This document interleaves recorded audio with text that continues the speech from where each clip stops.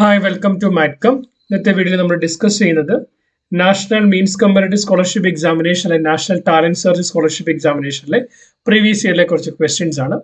നമ്മൾ ഓൾറെഡി എക്സാമുമായി ബന്ധപ്പെട്ട various questions ചാനലിൽ അപ്ലോഡ് ചെയ്തിട്ടുണ്ട്. നിങ്ങളത് കണ്ടു നോക്കാം. വീഡിയോ യൂസ്ഫുൾ ആണെങ്കിൽ ചാനൽ സബ്സ്ക്രൈബ് ചെയ്യാനായിട്ടും എല്ലാവരും ഷെയർ ചെയ്യാനും ശ്രമിക്കാം. ഓക്കെ, ചാനലുമായി ബന്ധപ്പെട്ട ഇൻഫർമേഷൻസ് മാറ്റ്കം എന്ന് പറയുന്ന ഇൻസ്റ്റാഗ്രാം പേജിൽ അവൈലബിൾ ആണ്.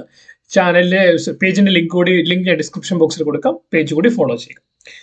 ക്വസ്റ്റ്യൻ ഇങ്ങനെയാണ്: ഈ 42 into 7 plus 5 equal to 30, 5 plus 63 into 9 equal to 35, then 5 into 8 plus 4 equal to 1.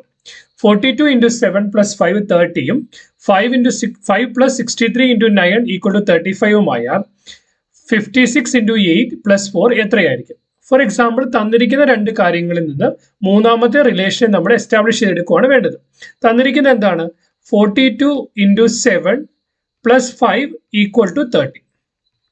42 into 7 plus 5 equal to 30. നമുക്ക് ഈ തന്നിരിക്കുന്ന റിലേഷനിൽ എങ്ങനെയാണ് ഫോർ എക്സാമ്പിൾ ഇൻറ്റു സൈനോ പ്ലസ് സൈനോ മാറ്റി നമുക്ക് 30 ഒബ്റ്റെയിൻ ചെയ്യാൻ പറ്റുന്നത്, അല്ലെങ്കിൽ ഈക്വൽ ടു വേണമെങ്കിൽ മാറ്റുന്നതിനെ പറ്റി നമുക്ക് ചിന്തിക്കാം. എങ്ങനെയാണ് ഇക്വേറ്റ് ചെയ്യാൻ പറ്റുന്നതാണ് നമ്മൾ ചിന്തിക്കേണ്ടത്.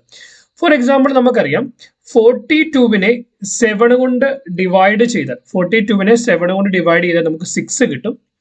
6ന്റെ കൂടെ 5 മൾട്ടിപ്ലൈ ചെയ്താൽ 30 കിട്ടും. കറക്റ്റ്. 42വിനെ 7 കൊണ്ട് ഡിവൈഡ് ചെയ്താൽ 6 കിട്ടും. 6ന്റെ 5 കൊണ്ട് മൾട്ടിപ്ലൈ ചെയ്താൽ 30 കിട്ടും. ഈ ഈക്വേഷൻ നമുക്ക് ഇങ്ങനെ എഴുതി കഴിഞ്ഞാൽ 42 divided by 7 into 5 will be equal to what? 42 divided by 7. Board mass rule അനുസരിച്ച് ഡിവിഷൻ ആദ്യം ചെയ്യണം. 42 divided by 7 എന്ന് പറയുമ്പോൾ നമുക്ക് എന്ത് കിട്ടും? 6 കിട്ടും. 6 into 5 എന്ന് പറയുമ്പോൾ 30 കിട്ടും.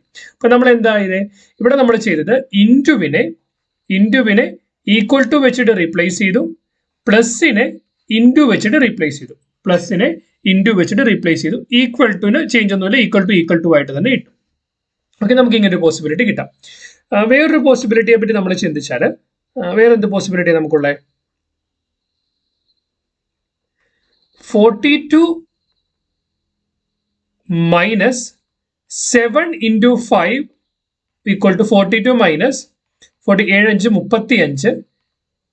42 minus 32, that will become 7. So equation valid ആവത്തില്ല. സോ അതിനകത്ത് പോസിബിലിറ്റി ഇല്ല. സോ നമുക്ക് അപ്പോൾ അങ്ങനെ ഒരു റിലേഷനെ ഇവിടെ നിന്ന് എസ്റ്റാബ്ലിഷ് ചെയ്യാനായിട്ട് പറ്റി.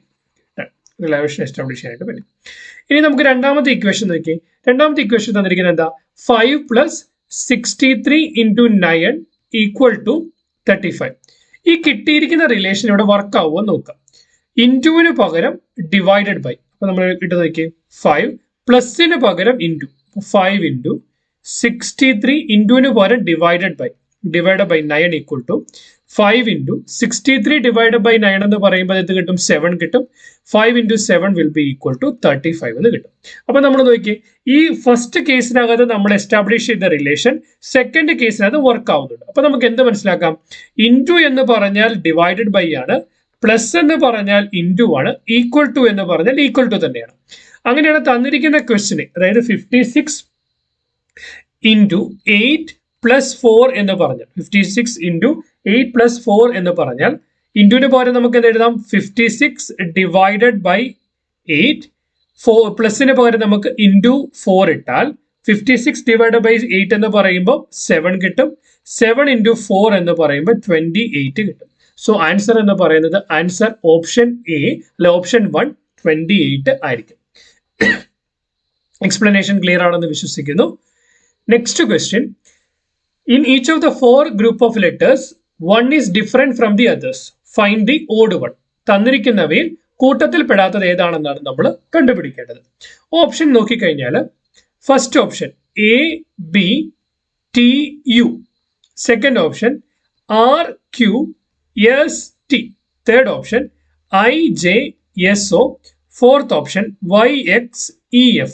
നമ്മൾ നോക്കുമ്പോൾ മനസ്സിലാവും എയും ബിയും അഡ്ജസന്റ് ലെറ്റർ ആണ്, യുവും ടിയും അഡ്ജസന്റ് ലെറ്റർ ആണ്, ക്യൂവും ആറും അഡ്ജസന്റ് ലെറ്റർ ആണ്, ടിയും എസും അഡ്ജസന്റ് ലെറ്റർ ആണ്. ഐയും ജെയും അഡ്ജസന്റ് ലെറ്റർ ആണ്, ഓയും എസും പക്ഷെ അഡ്ജസന്റ് ലെറ്റർ അല്ല. എക്സും വൈയും അഡ്ജസന്റ് ലെറ്റർ ആണ്, ഇയും എഫും അഡ്ജസന്റ് ലെറ്റർ അല്ല. അപ്പൊ ഈ ഒരു പെയറിൽ മാത്രം എന്താണ് ഒരു 2 ലെറ്റേഴ്സ് അഡ്ജസന്റ് ലെറ്റേഴ്സ് അല്ല. അപ്പൊ ഇതിനകത്തൊരു ഡിഫറൻസ് ഉള്ളത് എവിടെയാണ്? ഓപ്ഷൻ നമ്പർ ഓപ്ഷൻ നമ്പർ 3-ലാണ് നമുക്ക് ഡിഫറൻസ് ഉള്ളത്. Option number 3. സോ ഓപ്ഷൻ 3 ആണ് ഇവിടുത്തെ ആൻസർ എന്ന് പറയുന്നത്. ക്ലിയർ? ഫൈൻ.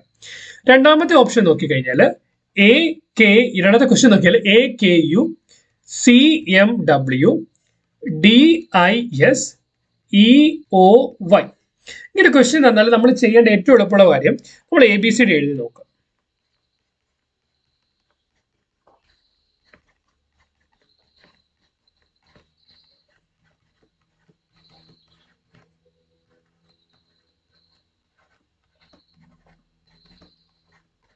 ABCDക്ക് നമ്പർ ഇട്ട 1 2 3 4 5 6 7 8 9 10 11 12 13 14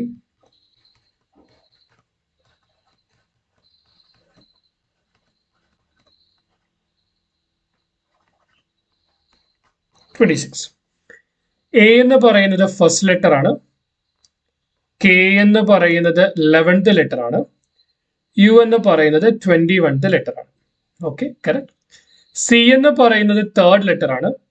M എന്ന് പറയുന്നത് 13 ലെറ്റർ ആണ്. W എന്ന് പറയുന്നത് 23rd ലെറ്റർ ആണ്. D എന്ന് പറയുന്ന 4th ലെറ്റർ ആണ്.